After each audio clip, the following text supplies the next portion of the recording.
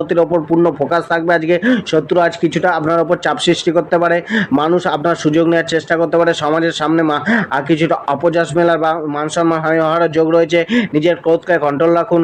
কোনো লিটিগেশনের সমস্যা আসতে পারে, পিতার স্বাস্থ্যে কিছুটা সমস্যা দেখা যেতে পারে, নিজের প্রচেষ্টা কিছুটা অনেকটাই বাড়াতে হবে। কোনো মহিলার থেকে সমস্যা আসতে পারে, যাত্রায় কিছুটা বাধাও মিলতে পারে। আজ নিজেকে কিছুটা উদাস অনুভব করতে পারেন।